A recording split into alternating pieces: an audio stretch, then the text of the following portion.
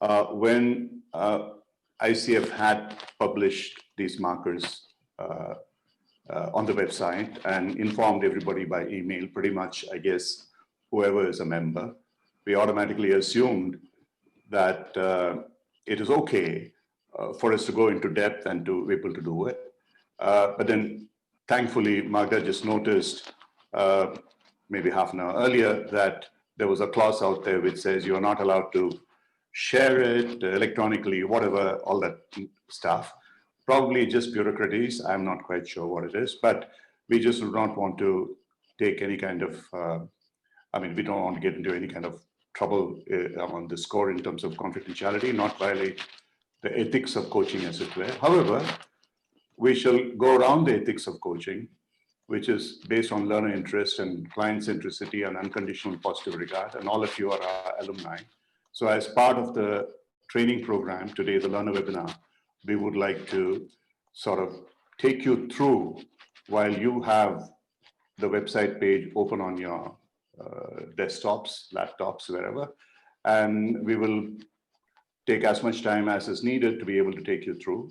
And in future, whatever needs to be done as part of our training community, learning community, we shall certainly organize more such sessions which could give you a much better grounding. Cindy will explain to you. Just to go back to a little bit of history that Magda had said. ICF started about 25 years ago. At that point in time, the competency framework was established. I'm not quite sure exactly when, but at that time, there were 11 competencies. Most of you would probably know that, starting from coaching ethics and ending up with planning and accountability, if I'm not mistaken. And within those 11, in the early stages, what was available as coaching competencies was a framework which basically said at 3 different levels of foundation, which is associate, professional, which mid, and mastery. What are the things that you need to do as a minimum to be able to display those level of competencies, and what is it that you cannot do? If you do, that you will not be qualified. Several years later, I think it's around 2015, 2016, the PCF markers came into place, and they were a distinct improvement in many ways because granularly, people were able to assess where one stood, both for the mentor as well as for the individual. Whereas the competencies earlier were fantastic. They're really written extremely well. They were very, very useful in terms of training. But in terms of assessment, probably there was a bit of difficulty in terms of how you could interpret it and get the assessment done. So the PCF markers really made a huge difference. And while crafting the PCF markers, the people who worked on it reduced the 11 to 9. Ethics was not really an evaluated marker, assessed marker. So starting from agreement to action, which included, there were two others, which was planning and accountability. So there were actually 8 sets of competencies which were provided markers, in all totally about 47. In 2019, ICF made another shift, which I think was extremely good, where they expanded the competency marker scope to 2 things. One was about the coaching mindset, which was about self-awareness, understanding self. Earlier, what really the more competencies talked about was about the awareness of the client, evoking the awareness of the client. Here, it was about what is the mindset that the coach needs to bring into coaching. And it also included in the agreement, which was contracting or agreement, which used to be CC2 before, and now it is CC3 in the new marker system, the journey as well as the session. Earlier, the agreement was purely about the session, and here it included the journey. And then over that total competency framework, which had 8 competencies, starting from ethics, coaching mindset, agreement. Now it was called trust and safety instead of intimacy, presence, and then it was about listening. Then it went straight to awareness, and then to growth, which is about action. So the 2 earlier competencies of powerful questioning and direct communication were taken out. Trust and intimacy was changed to the trust and safety, and coaching agreement was expanded into cover the journey as well as the stakeholders to make it a little bit more systemic. And one more competency space was added, which was about coaching mindset. So today we have 8 competencies. It's definitely a great improvement in terms of moving forward to a more systemic as well as self-aware creation methodology in terms of coaching. So what we would do is, without our sharing it, and as you're looking at it, Cindy will take you through each of these. What are the finer differences? To be honest, it's pretty much the same except for the coaching mindset. The rest of it in terms of markers, actually, since things like what happens outside of a session cannot really be assessed because the journey cannot be assessed and stakeholder involvement, etc., cannot be assessed. So they are not really accessible markers in terms of how we evaluate a recording. So the markers are slightly different from the competencies in that sense. So the markers would address actually, I think it's only 6, if I'm not mistaken. Cindy will correct me later if I'm wrong. It would address coaching agreement. It'll address trust and safety. It'll address presence. It'll address listening. It'll address awareness, and it'll address action. And there are some shifts in terms of how the new markers have been defined as different from the earlier markers, and we will go through it. But fundamentally, there isn't a huge difference really. The 47 markers have been reduced to about 37. So it's a little simpler in terms of assessment. And the essence of what the markers signify from a marker perspective of evaluating the recording that you're going to submit is not really very different from what it was earlier. Whereas the total competency framework is a little bit different because of the inclusion of the coaching mindset and also a larger emphasis on stakeholders and so on in terms of how you should be doing your coaching. So we'll go into a little more detail, and those of you who have questions on that, please do ask, and we would be able to answer those questions for you. Thanks. Cindy? Magda, may I invite you first to share the poll results? Sure. Cool. You guys did very well. 94% votes. So first question. How well do you currently understand and or demonstrate the updated ICF core competencies? And it looks like, yeah, 44% of you answered moderately. So that's already great. 26% very well, 13 slightly, 11 not at all, and only 6% extremely well. So looks like 94% of us have a little bit a bit of a way to go. And in terms of what support you need from us to increase your understanding, I should have said on here, actually share the PCC markers. Yeah. Other than that, webinars, explainer videos, training course, all these great things are great. We will I'll make sure I take a screenshot of this, and I like it. We will do all of this as soon as ICF allows us.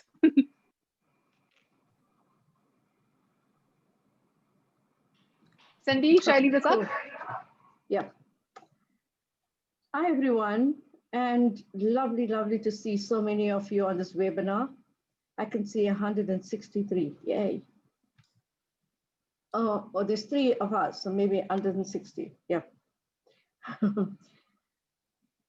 You know, we Ram and I had this engaging, involving session planned so that you and I, we can all engage in the new PCC markers. However, just 10 minutes before this webinar, or should I say 5 minutes, we discovered, if you're looking at that document, you will see on the first page, ICF as that, as a little note there, not to share in any way or form. And as we all are coaches, we all are or most of us here are coaches, we are going to do embodying a coaching mindset and not share. So you have your own copy. I have my own copy of the PCC markers because I am an ICF member and a trainer, so I have my copy. From time to time, I'm going to make reference to it, especially to what's changed. More importantly, I'll engage with you on the chat.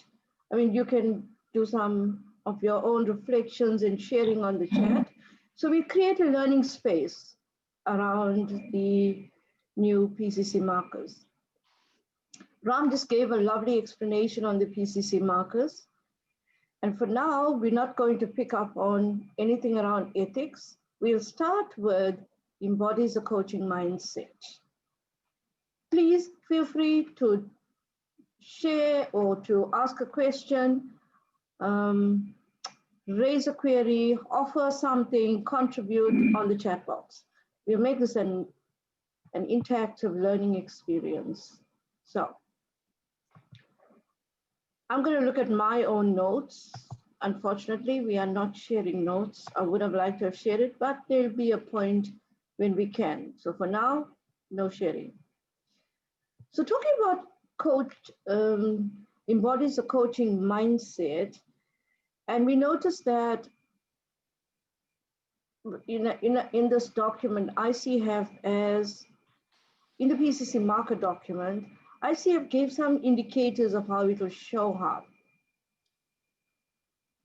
And I'm sure that you are looking at it, and they made reference to a few markers there, 4.1, 4.3, 4.4, 5.1, 5.2, 5.3, 6.1, 6.5, 7.1, 7.5. And I'm sure you may also find some. And if you look at those markers, it's all about, you may notice it's all about how the coach engages and partners with the client. So what is the coach listening for? How is the coach engaging with what they listen for? What is the coach noticing about client emotions? Any kind of body language, non-verbal cues that's showing up? And how is the coach engaging with that? And I think the markers also talk about this embodying this coaching mindset for client and also for coach, what's showing up for coach. And also, so in simple word, it's how does this coach engage with the whole person of the client? Thinking, feelings, emotions, body experiences, energy, thoughts. Don't forget thoughts. Yeah, I did say thinking, right? Yeah. Any questions you have on embodies a coaching mindset, please go ahead and share on the chat box. Cindy, there's a question from Drevan about what are the numbers 15, 24, 39 stand now towards ACC, PCC, MCC? I don't understand what he's asking. Yeah, I also don't, Drevan, put it there better so we can.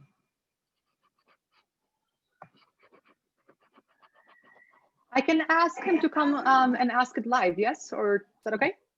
It's okay. I mean, if you cannot explain it on the chat, then yeah, we can. That probably little, because those numbers do not, resonate for either of us. So let's talk about this competency 3, establishes and maintains agreements.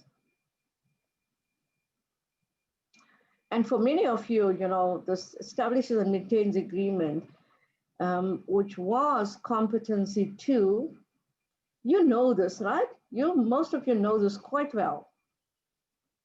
And from the way we engage with clients around creating an agreement for the session, in the current markers, the PCC markers, there's not much difference at all, not much difference. In fact, 3.1 is like your 2.1, next one, 2.2, 2.3, 2.4. There's a small difference. In 3.4, that used to be the current 2.4, there used to be this word address or resolve. I think the word resolve has been removed. So it's not just what the client believes they need to address in order to achieve their goal for the session. Any questions from you around core competency 3, establishes and maintains agreement? What the alert here for me is, again, in reinforcing the importance of the coaching agreement and relationship with the client. The current or the updated core competencies, if you look at the words there around, or the explanation around establishes and maintains agreement, you will also see this word relationship, the process and the relationship. Makes it very client focused, right? It's not just like a transactional agreement or contract. It's also all about the client, relationships.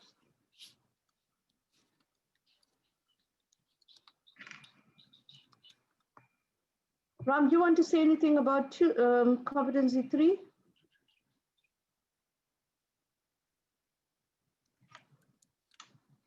Ram? Yeah. Okay.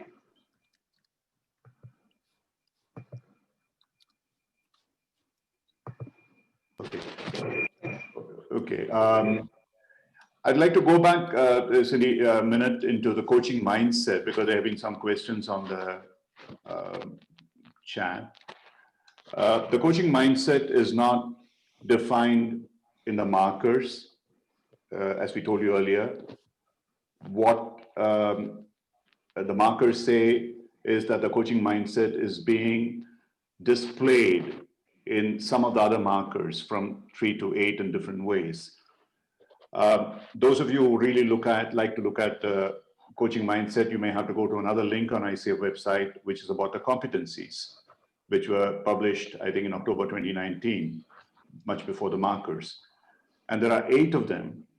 The first one is that coaching mindset is about, the definition is developing and maintaining a mindset that is open, curious, flexible, and client-centered. In many ways, it's about how you show up in a coaching session. Somebody asked about, how do I prepare for a session? That's what coaching mindset is about. Unfortunately, that how do you prepare for a session, how do you show up in the session, perhaps cannot be quite captured in a set of markers, and so there has been no attempt at it. However, there are other ways in which you show up, the way that you build the relationships, the way in which you are listening, the way in which you are evoking awareness, etc., through which the markers are able to evaluate and assess how you're you're displaying the coaching mindset. The coaching mindset is about how well you understand yourself. How do you create self-awareness? And the first coaching mindset competency, the 8 competencies, are acknowledging that the clients are responsible for their own choices, which is about client centricity, pretty much a Rogerian philosophy, where the client knows best about what is needed for the client. It is not about the coach's agenda, it's about the client's agenda. And of course, that will be reflected in the way that you interact with the client in multiple ways, which are defined by the markers later. The second one is engaging in ongoing learning and development as a coach. That's pretty much about the coach individually. What is your continuous learning in terms of continuous professional development through webinars and other learning, etc., and how do you develop yourself as a coach, both in your attitude, the mindset, and the behavior. Third is developing an ongoing reflective practice to enhance one's coaching. And you can go into more details on reflective practice. The reflective practice is about your learning through actual reflection of what has happened, maybe during a day, during a coaching session, in whichever way that you want to do that, and perhaps sometimes journal that. And then as a process of that, to be able to develop insights within yourself that you're able to apply in your practice as action learning, which then works as a feedback loop.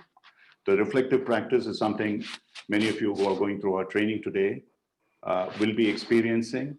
We have made self-coaching as a part of the reflective, as a part of the coaching process, We are making coaching as a part of the training process, and the reflective practice is a very integral part of this. So it's something which reflects a coaching mindset. This again is not something that is going to be evaluated except in the power of the competency, how you display it in your coaching. The fourth coaching mindset competency is about remaining aware and open to the influence of context and culture of self and others. You could expand that into a larger ethical space of diversity and inclusion, that you are aware and you respect and you understand and you're open to the influence of other cultures, the context and the content of behavior of other people, and not make biased judgments about who you think they are, and therefore this is the way that they are going to behave. So in those of you who are familiar with Otto Scharmer's 4 levels of listening, we move out of what would be called the first level of judgmental listening, where we've already formed an opinion about who that person is, and everything that we say comes from the ego state of judgment. And then you move from there into curious listening, empathetic listening, and generative listening, which are the higher levels of listening. The fifth coaching mindset competency is using awareness of self and one's intuition to benefit clients. This was covered in the earlier markers as well, in a small way, not in a big way. Intuition was there as one of the words, but here that you would find that intuition figures in many more markers. And the awareness of self was really never talked about earlier.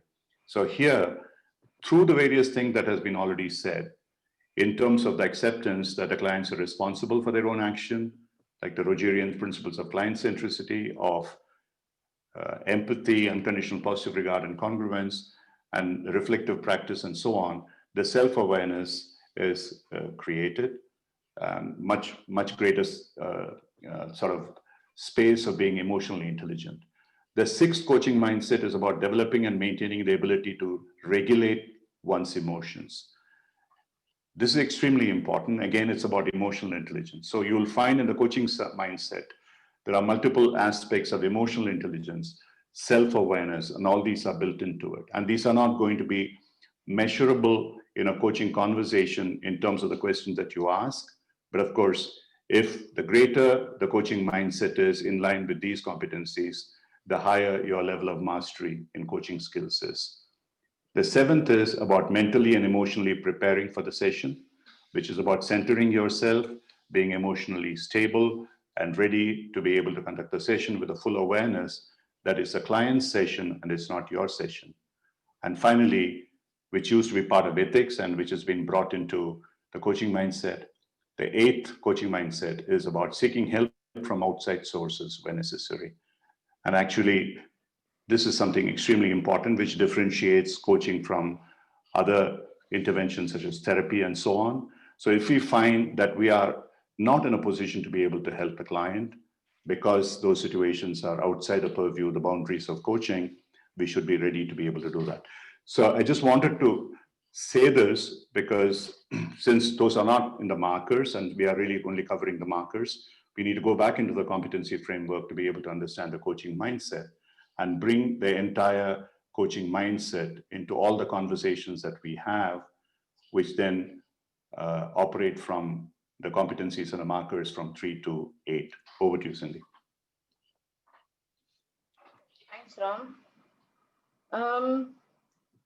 So I'm going to pick up Competency 4, which talks about the words of the Competency 4 is now cultivate trust and safety. What is the definition there? Okay, so the definition of trust and safety talks about partners with the client, coach partners with the client to create a safe, supportive environment that allows the client to share freely and maintains a relationship of mutual trust and respect. Mutual trust and respect.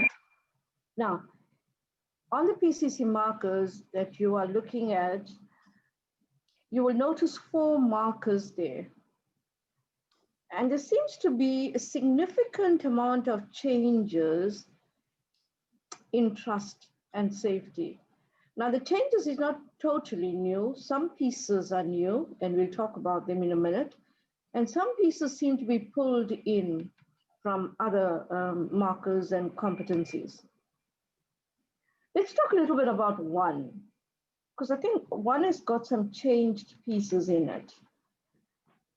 Coach acknowledges and respects the client's unique talents. That's new. Unique talents, insights, and work in the coaching process.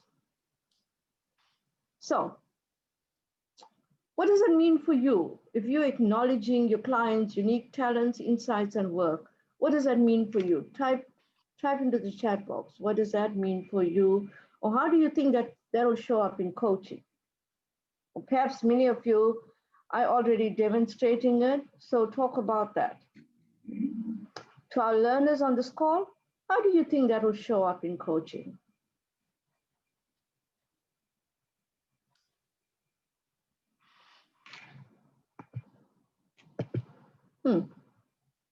Yeah, absolutely. Resourcefulness, confidence.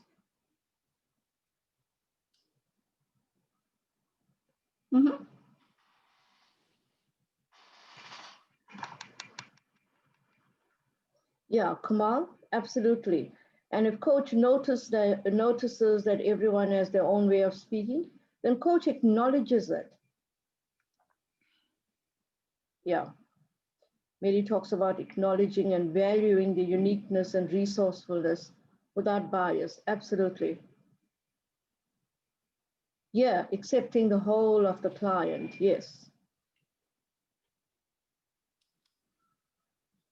Yeah, absolutely.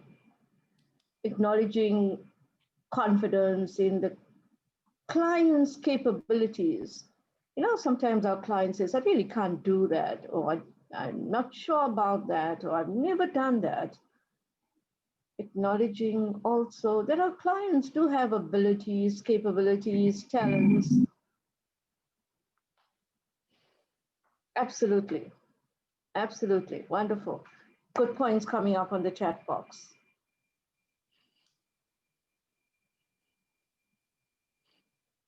And just a reminder that some of you are putting the chat to panelists only. Please select all panelists and attendees so that everyone can see what you are posting. Thank you. Rashmi, you may want to copy and paste to all panelists and attendees.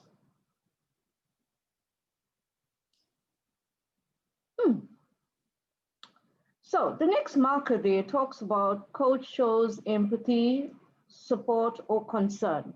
Coach shows support, empathy, or concern for the client. This was in the core competency 3 on trust and intimacy in the current markers. I think the word concern is added on. And look, it says, pay attention to what it says. Coach shows support, empathy, or concern. So there's no indicator here that you're going to display all. But I think you have to show support and either empathy or concern. Cindy, which are we now looking at the new markers, Competency 4? Markers 4? PCC markers, trust and safety, cultivates trust and safety. Yeah, okay. Right, okay, sorry, yeah. The next one is also 4.3, slightly different worded, but we're used to that one. We're used to these words from the current markers on acknowledges and supports. The client's, this part looks slightly different. The client's expression of feelings, perceptions, concerns. See, look, this word concern again is showing up. Beliefs or suggestions. This word suggestion was not there before.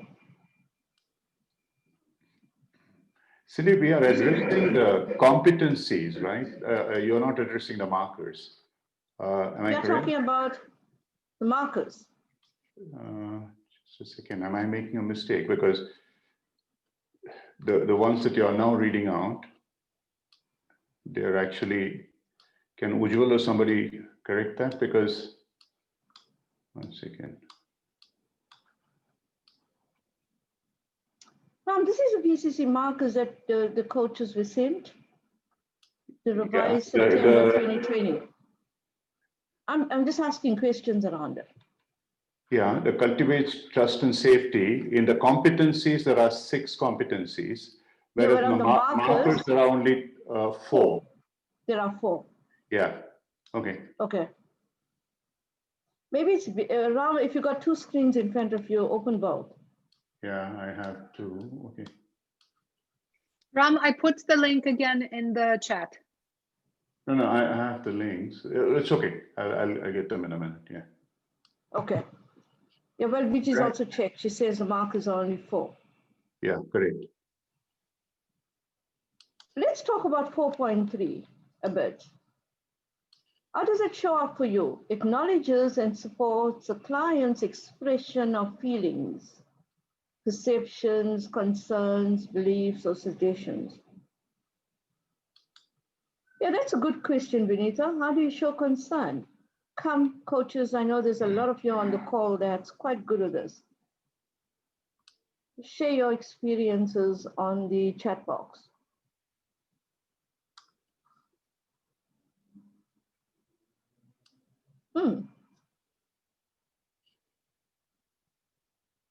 How do you show concern?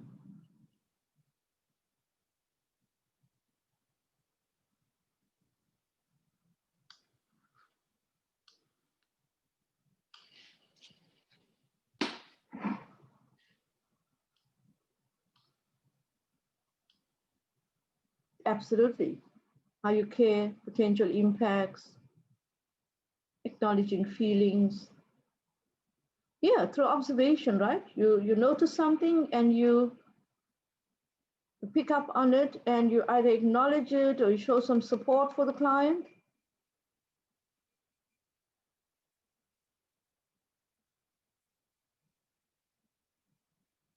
Seeing and sensing, absolutely.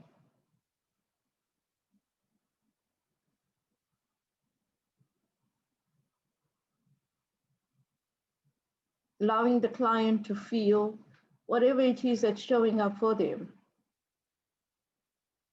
Lovely example, just a few days ago, a coach was coaching me for an evaluation. And she asked me how I was feeling, and I said, well, quite a lot of discomfort right now. And the coach, poor coach, tried so hard to coach me out of discomfort. But we can allow the client to hone their feelings, right? I didn't want to be coached out of my discomfort. I wanted to stay there because I felt it would lead me to innovation. That was my kind of measures of success. So allow whatever is showing up with the client, you're allowing that, or you're acknowledging it and respecting it.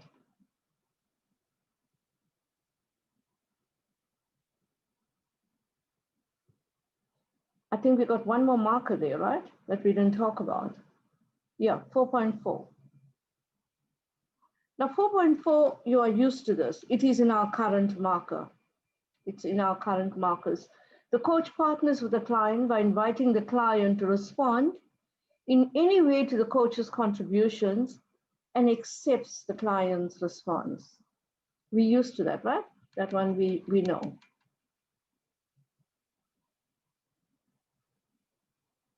Anything you want to share? Any questions you have around trust and safety or cultivating trust and safety? I think the verb there is quite important, the word cultivating trust and safety. Sydney, I just want to jump in here. For those of you who are trying to align the old markers with the new markers, if you go into competency 3 markers, establishing and maintaining agreements, the first thing that you notice is there are now 4 markers instead of the original 5. So what you have now is the 3.1 is exactly the same as 2.1 in terms of what you need to accomplish in the session, identify or reconfirm. 3.2 is the same as 2.2 earlier about the measures of success. The third is 3.3, which is about what is important or meaningful. It's the same as 2.3. And there is 3.4, which used to be the 2.4, partners with the client to define what the client believes they need to address or achieve. But what is not here is what used to be 2.5, which talked about that the coach stays with the client without changing whatever is the agenda of the client. So that actually, I think, comes in one of the other markers. It is not spaced as part of the agreements. So I just want you to be aware, these 4 markers which are here are exactly the same as the markers currently. And therefore, in terms of how you prepare yourself, how you train yourself, there is very little change in what you need to do. And in any case, as part of the larger ethics of coaching and the coaching mindset, you would be in line, in tune with what the client wants. And that is how the markers are framed out here. In Competency 4, those of you who remember your competencies earlier, called Trust and Intimacy, which used to be CC3 at that point in time, there were 3 markers, and now there are 4. Okay, you will find in the earlier 3 markers, I'm stating from memory, the first one is about acknowledgement, and here it has been expanded. The coach acknowledges and respects the client's unique talents, insights, and work in the coaching process. And the second was about support. That support has been expanded into empathy and concern for the client as well. The empathy has come in, which used to be part of the presence marker earlier. And 4.3 is a combination of the first and the second, acknowledges and supports the client's expressions of feelings, perceptions, concerns, beliefs, and suggestions. This actually figured as part of 4.1, 5.1, 6.1, etc., which is really the who part of it in terms of what's the client's mindset, what is the client feeling, what's the client perceiving, and so on and so forth. In some way, in terms of sharing it back with the client, and this is what the coach is acknowledging. And finally, 4.4, which is coach partners with the client and inviting the client to respond in any way. This actually used to be part of the presence markers, the earlier set of 4 markers. I don't remember the exact number, but it was either 4.45 or 4.6 or 4.7, one of them, which has been now brought into trust and safety. So this is the way some of those markers have been rearranged. What is missing from the earlier trust and intimacy markers is the 3.3 at that point in time, which is about the coach allows the client to express himself or herself freely. So that is coming somewhere down in listening or something in one of the other markers. So it is not that these have been regrouped in some way, and this is a larger logic to it. We can go into it in a much more greater detail at some other point in time. Today, we may not be able to do it. But just to show that what's happened here is some of the other markers from other competencies have been brought in here into some of these, and some of them have been shifted back. And there was a question that Vijay had asked about why isn't something about outside the interesting pattern in new PCC markers. It reflects what happens and can be demonstrated in the session, not so much outside.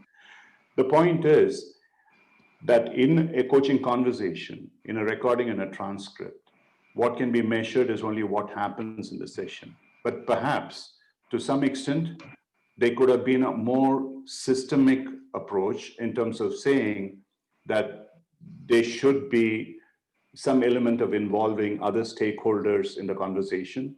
And perhaps, I guess, as ICF develops these markers over a period of time in the agreement, probably that aspect of stakeholders will come in. At this point in time, Vijay is right.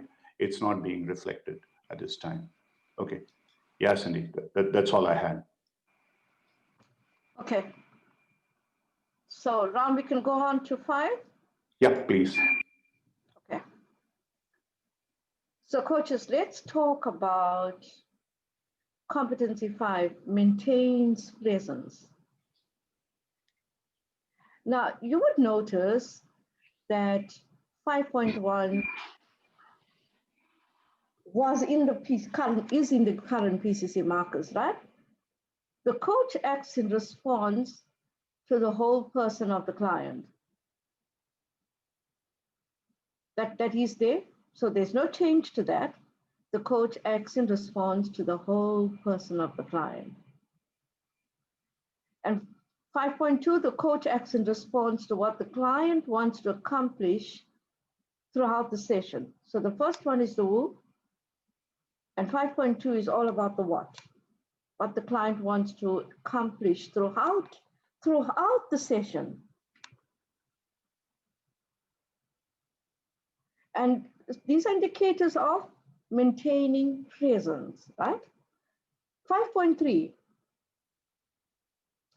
coach partners with the client by supporting the client to choose what happens in the session. This again was a presence marker. I think it was 4.5 in the current. It is a current 4.5 on the current markers. And you would notice with cultivating trust and safety, and now again, this word support is showing up again. It was twice in maintains or cultivating trust and safety. 2 of the markers show it. 4.2 and 4.3. Are we seeing this word again? Should tell you something about supporting clients, right? And 5, coach demonstrates curiosity to learn more about the client. It's a slight change from the current. The current words are 4.4 words. Coach exhibits curiosity with an intent to learn more. You just reword it. Coach demonstrates curiosity to learn more about the client. Now let's talk a bit. Let's engage in some conversations around 5.5.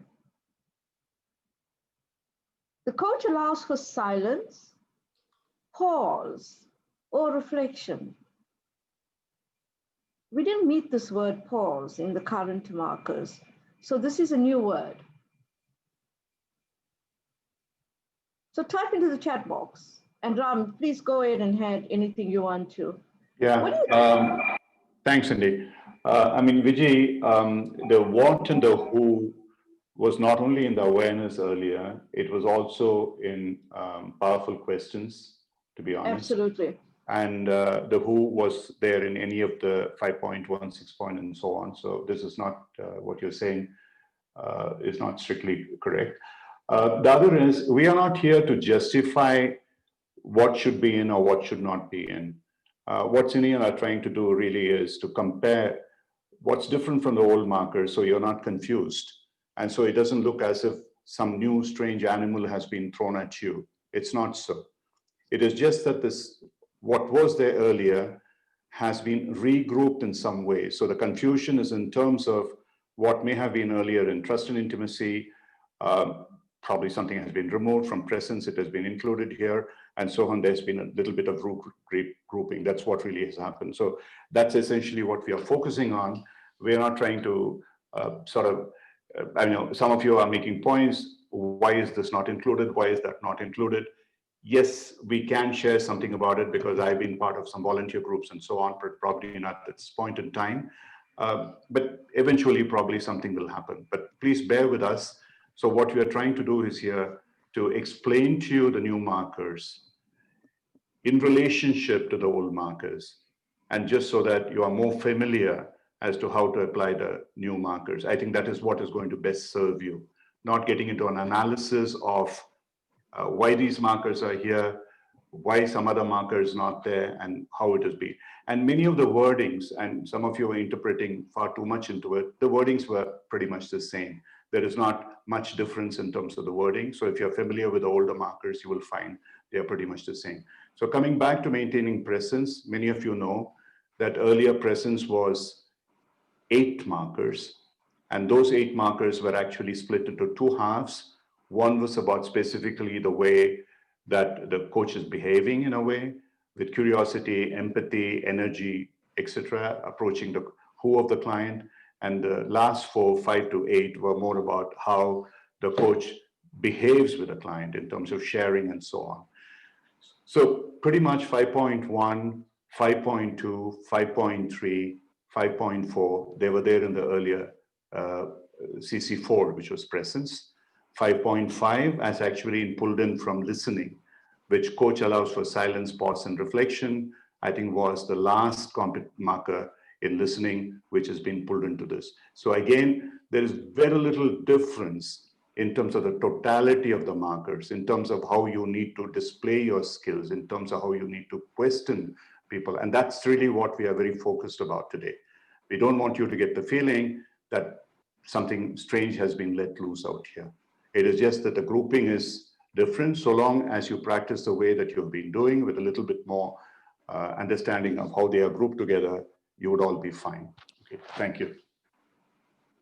Okay, so coming back to what we were talking about, coach allows for silence, pause, or reflection. Let's talk a bit about that. How will you demonstrate that? What do you think that marker is about in coaching? Type away on the chat box. What about, I mean, I know a lot of coaches like to say, I'm one of them. What about that? You know, if quietly in the background while client is talking, every now and again you say, yeah, sure. What do you think? What is there any, yeah, what do you think about those words?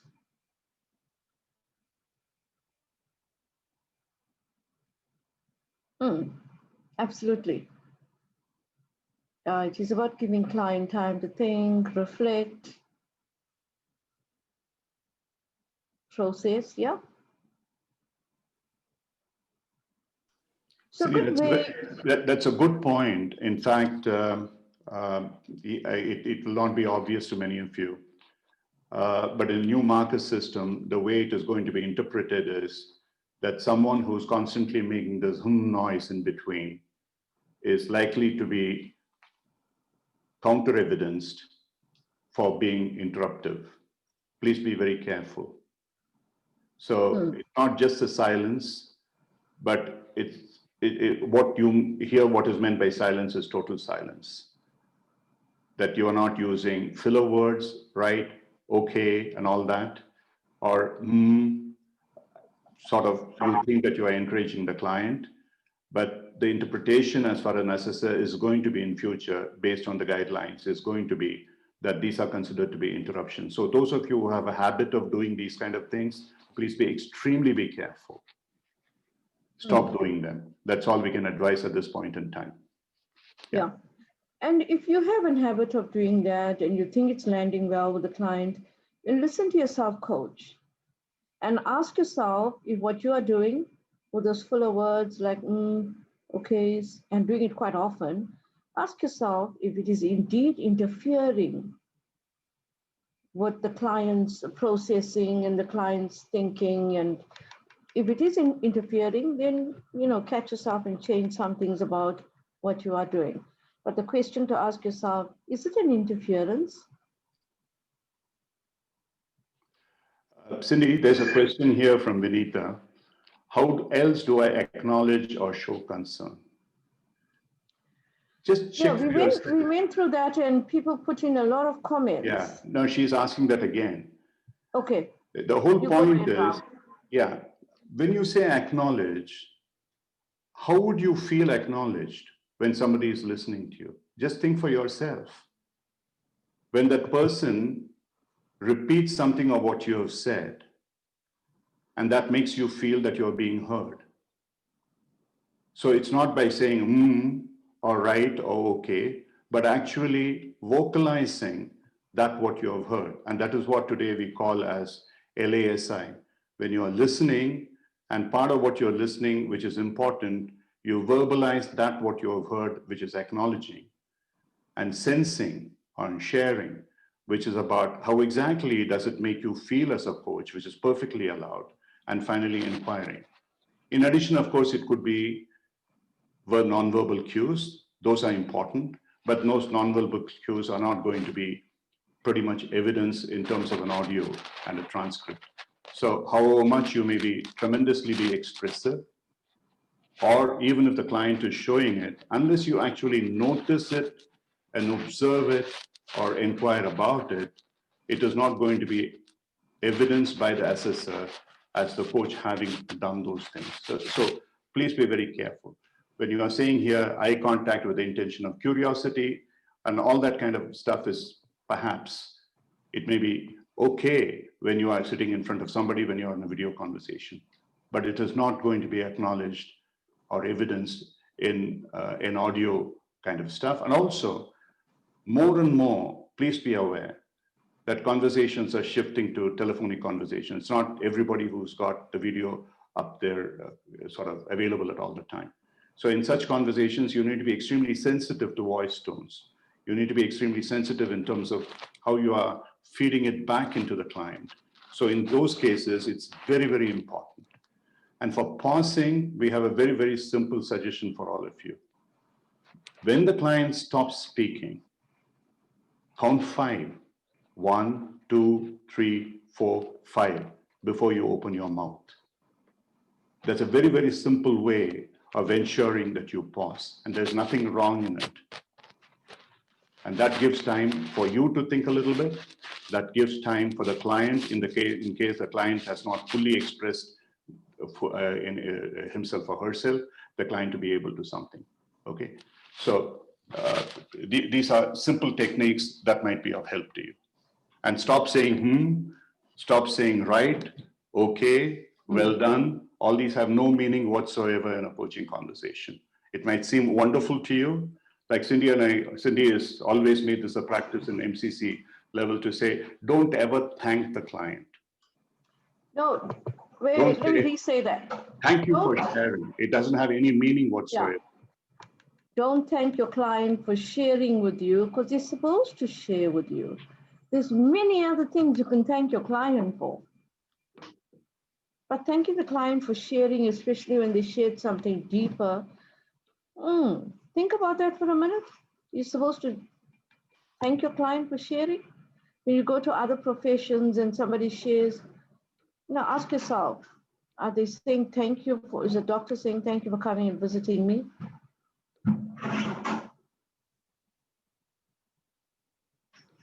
I'm sorry if I'm being, no, Cindy, I just want to make a point here. Sorry if I'm being pretty harsh and direct, but this is how you're going to be measured in an assessment. Please, it's much better that it's coming from you, from me and Cindy as being direct and perhaps even harsh in terms of saying these, because if you think that saying and all that is going to be great and that is how I'm showing empathy, I'm sorry. That is not the way that ICF is going to interpret that. And there are much better ways of showing your empathy and acknowledging the client. So we've reached the end of 1 hour. What do we do now? Do we continue? Because we still got 3 more markers to go through. So audience, maybe it'll take another 15, 20 minutes. Are you okay for us to, you stay with us and for you to stay on for another 15 minutes? Say yes or no. Yeah, okay. Many of them are. We'll continue. Those of whoever wants to stay, please stay. We would like to at least complete the job that we started with. Yes. So let's look at the next competency, listens actively. Notice how the word they changed from active listening to listens actively. And you'll notice on this core competency, the first 3, 6.1, 6.2, 6.3, are markers that are already in the current PCC markers. They're already there. Coaches' questions and observations are customized by using what the coach has learned about who the client is or the client situation. The next one, coach inquires about, explore the words the client uses. So the current markers spoke a lot about this word language. And I see here on this updated one, it just talks about, explores the words the client uses. And 3, coach inquires about or explores the client's emotions. Now 4 is quite interesting because there's a bit of a change in it. The coach explores the client's energy shifts. We're used to that, right? That was in the PCC markers on coaching presence. It's there in the current ones. But this word has changed, or this word is an add-on. Non-verbal cues or other behaviors. But non-verbal cues is the add-on. So what does it mean for you? Non-verbal cues.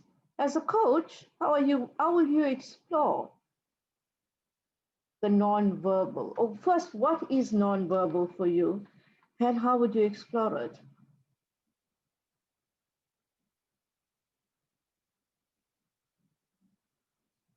Let's see what you're saying. I'll do some reading. Yeah. Tonal shifts, of course. Because the current markers talk about tones and pace. It's not included here, but non-verbal is a good indicator of that, right? Body language, gestures, yeah, energy shifts for sure. Nodding.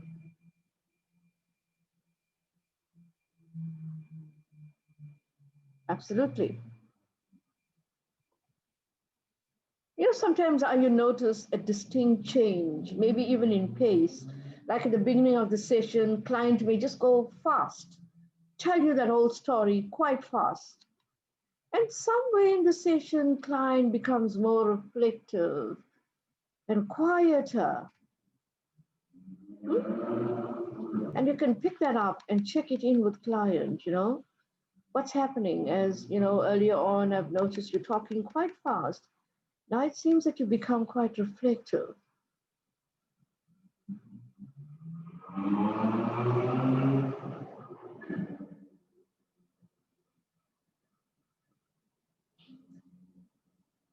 Thank you, coaches.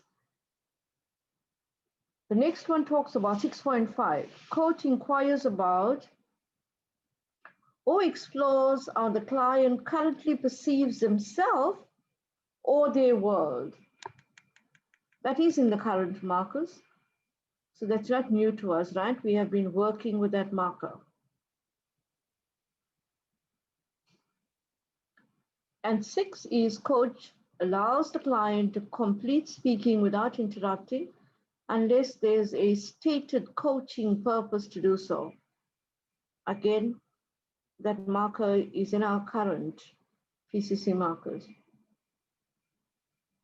This one is changed slightly, 6.7.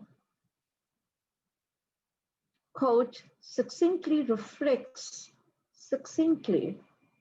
short reflection, reflects or summarizes what the client communicated to ensure the client's clarity and understanding. So they're not talking here about repeating everything that the client has said.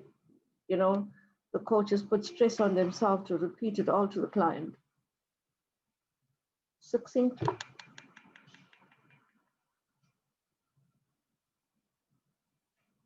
Okay, anything you want to say about that? The chat has gone quiet now. No, there have been some questions like Benita asked a question, do we relate nonverbal cues to emotions and call it out?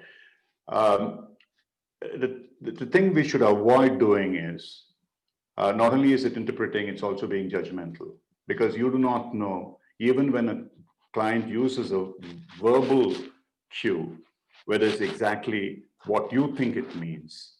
So it's always much better to ask the client, If you're not 100% sure, the client is not expanding, hey, what do you mean by this word? That is very, very important. In good coaching, that's what happens actually. You repeat what the client has said and ask the client, what do you mean by that? Similarly, in nonverbal cues, you cannot assume that if somebody is sort of folding their hands like this and keeping it here, that means they are being uncooperative. It might just mean the room is cold. You don't know what it is. Or wringing their hands doesn't mean that they are being frustrated. It just might mean that maybe the hand is paining. Who knows? So the coach has no business interpreting or judging about what the client's words may mean, or what the client's verbal or non-verbal cues may mean. All that you are doing is calling it out in terms of this is what I'm observing, and then ask what it may mean. Occasionally, you may say, once in a while, that this is what I'm sensing. Please let me know if it is correct. But that can happen once in a while when it's very obvious to you, but not in terms of a judgment, because otherwise we all tend to make judgments based on what we are used to. So be careful about it, especially at mastery levels. It's extremely important.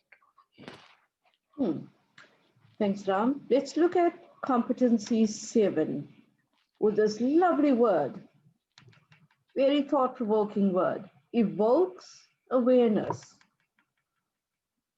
Nice word, right? Evokes awareness. Because it talks to the definition of coaching. It's a creative and thought-provoking process. Now, many of the markers here you would see has been co-opted into evokes awareness from your powerful question in the competency powerful questioning. Many of those markers are here. Coach asks questions about the client, such as the current way of thinking, feeling, values, wants, needs, beliefs, or behavior. We've had that. Even the next one, 7.2, 7.3. Coach asks questions to help the client explore beyond the current thinking or feeling to new or expanded ways of thinking or feeling about themselves. I think or feeling is the addition here. Right, Ram? Can you check? Whoever's got the current PCC markers open. Thinking or feeling here is the addition. Yeah, possibly. There are some small differences in the word, Cindy. I mean, the simplest way to look at it is, if you look at competency 6 markers now, they are pretty much the same as what the competency 5 were. I think there's one change somewhere, but it's not very, very significant. Probably what is missing here is earlier there was a 5.1, which was more about the who of the client, which has been modified a bit in the 6.1 here. And competency 7, which is evoking awareness, is pretty much exactly the same as what used to be the powerful questions, and some brought in from the direct communication. Absolutely. And if you're trying to compare the awareness with awareness, all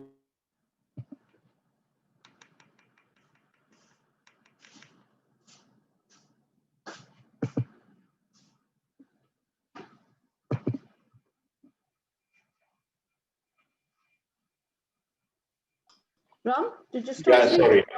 Yeah, my internet disconnected. So just to complete what I was saying, and you carry on after that, is most of those 5 markers of awareness, which were there earlier, have been shifted into competency 8 markers. So just for those of you who are trying to compare, this is really what has happened. Absolutely. So there's a slight change in 7.5, right? And it's, again, we're meeting this word verbal or tonal invitation. Look at the end of that marker, coach shares with no attachment, observations, intuitions, comments, thoughts or feelings, and invites the client's exploration through verbal or tonal invitation. That's nice, right? Tonal invitation. Because you know, sometimes how you make a statement But it's actually a question in the way you're asking it. So your voice, it's a question.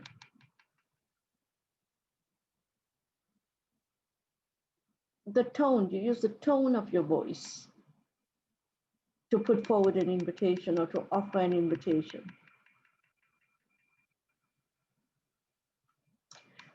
And of course, 7.6, you know this marker. It's about asking that primarily open-ended questions one at a time that allows for thinking, feelings, or reflection. And the last one there is coach's language is generally clear and concise. That was under direct communication in the that is direct communication in the current marker. Oh, there's the last one, 7.8. Coach allows the client to do most of the talking. That's also in the current markers. Let's go to this one, quite an interesting competency, 8. Facilitates client growth. Facilitates client growth. Let those words sit with you for a while. Facilitates clients' growth. And here you are finding markers from the current competency 8, 9, 10, and 11. They've been grouped together to form competency 8, facilitates clients' growth, client growth. Now, if you look at the first marker here, it is on the current system, your 9.1. Coach invites or allows the clients to explore progress towards what the client wanted to accomplish in the session. That's your 9.1.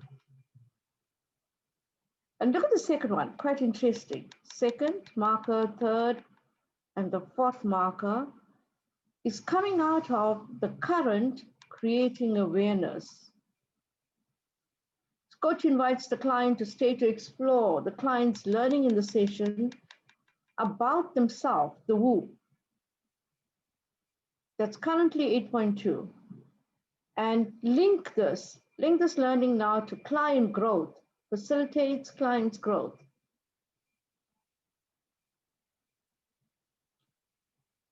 And 8.3, it's about the what. Coach invites the client to stay to explore the client's learning in the session about their situation.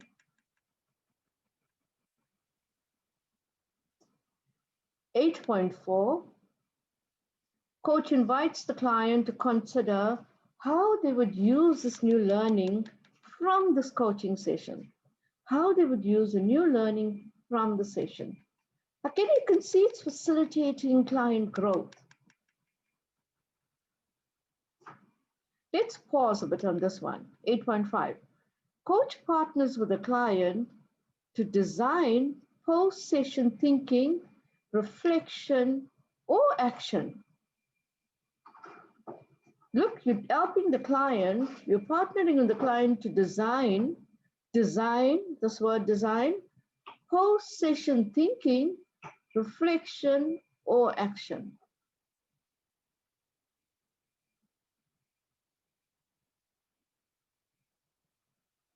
That's quite a good one, right? And I'd love to explore with you your thoughts around that. And maybe in a webinar soon, we'll create a space for that.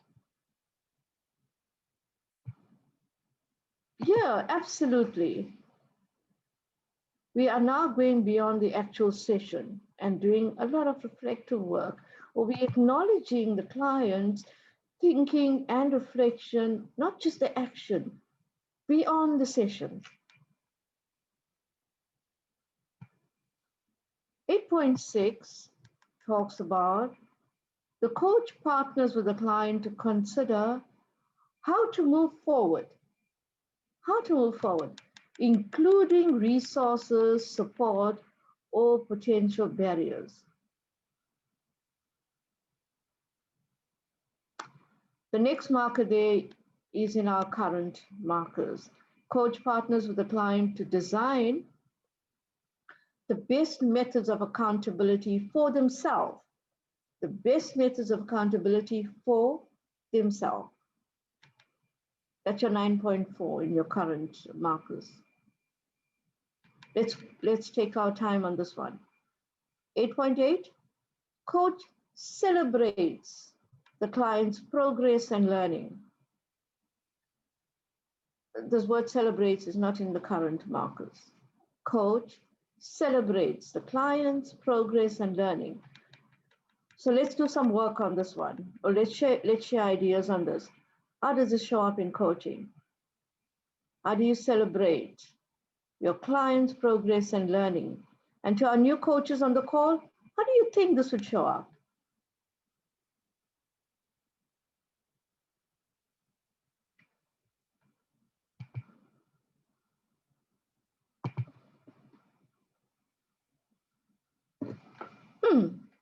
Acknowledging self-work, yeah. Affirming, of course. Yeah, looking for client listeners. Lots of acknowledgement, appreciation. Acknowledging any movement, yeah, any progress, right? Appreciation for what the client has highlighted and achieved, and how far they come, of course.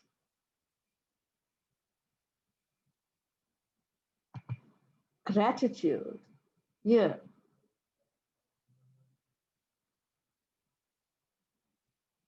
Anything else?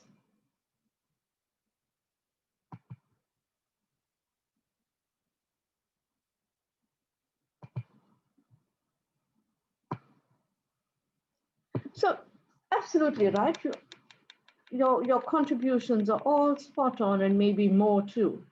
It's about acknowledging, especially if you've seen some kind of shift in the energy, you're acknowledging it.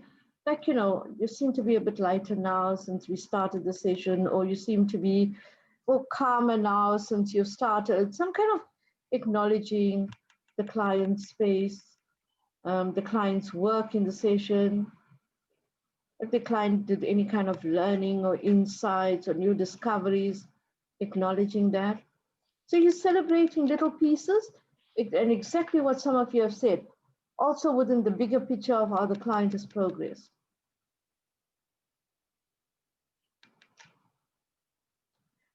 And I think that's about it. Or is there one more? No. Number any?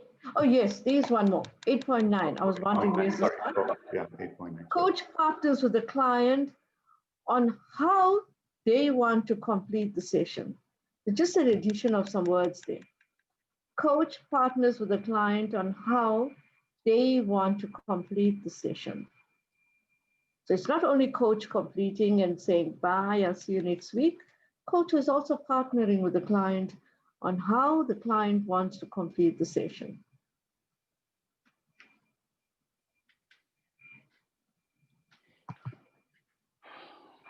So I hope this was of some value. And as time goes on, when we have proper permission from ICF, we will do some meaningful webinars and unpack pieces of this a little at a time. Cindy, just wanted to add a couple of things here. One is, I think somebody had asked a question and someone else has replied about leading questions. The reason why leading questions is not separately expressed there is if you ask really an open-ended question, if you understand what is open-ended question and what is leading question, an open-ended question can never be leading.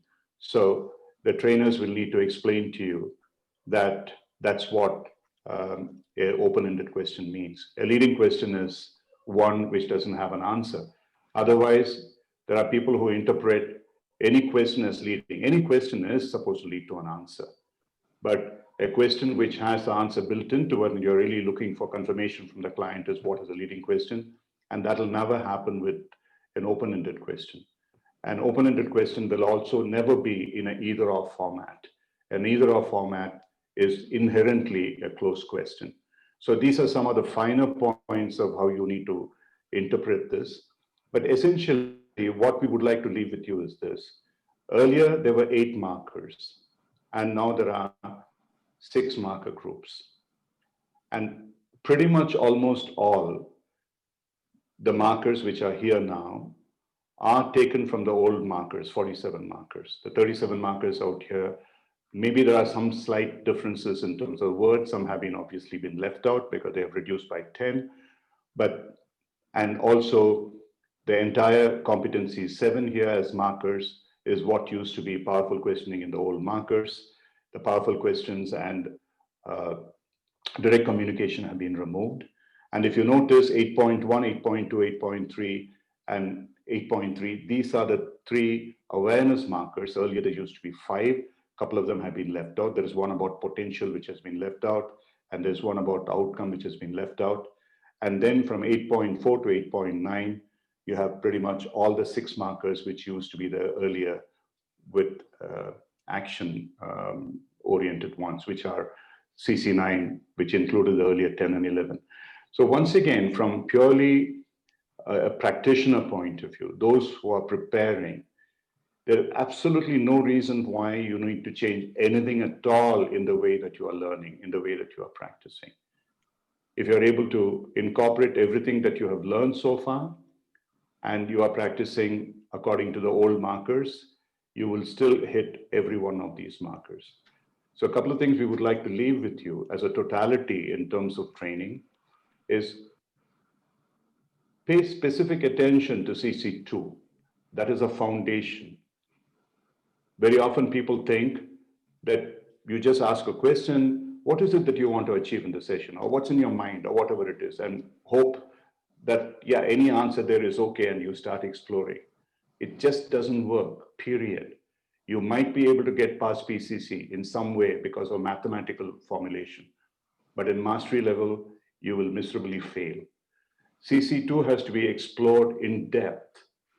What the outcome of the session has to be very thoroughly understood and discussed with the client in terms of its importance, what specifically needs to happen in the session.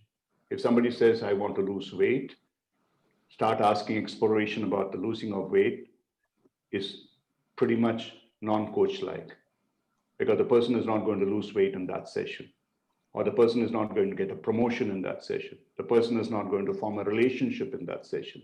But what is it that's specifically going to happen in that session needs to be established without ambiguity. And that is what CC 2.1 is about. So our request to all of you, whether you're training with us or you're coming from elsewhere, the CC2 or now the current CC3, you should take at least about 10 to 15 minutes in terms of fully getting to the depths of it, the importance, what needs to be addressed, what are the measures of success, and so on. And then that relates into what is today the CC8, which used to be awareness and action.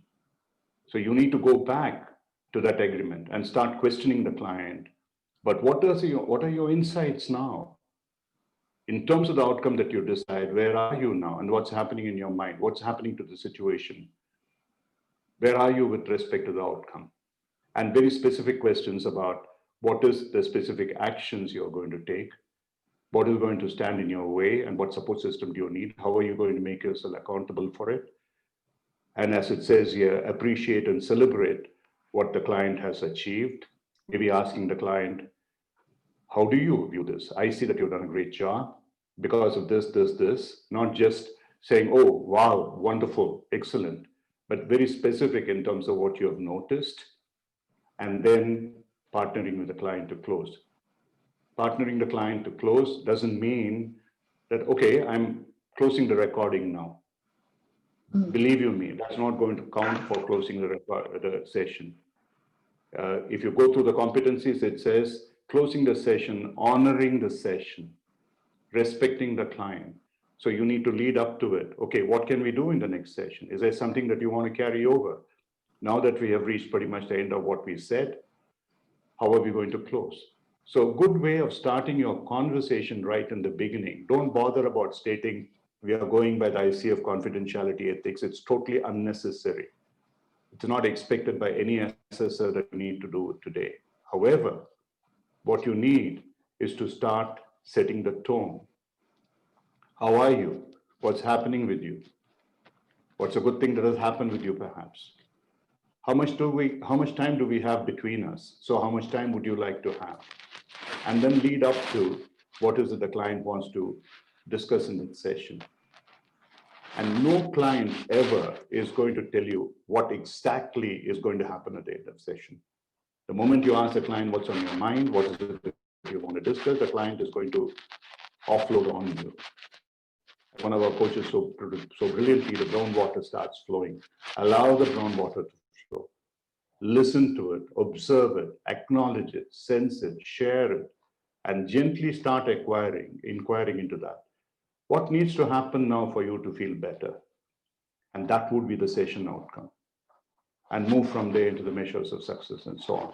So in a very simple way, if you just follow this logic, follow the structure of the first one, the agreement, and the last one, which is client growth, you will not go wrong. The rest of it is just a process of how well you converse in that session.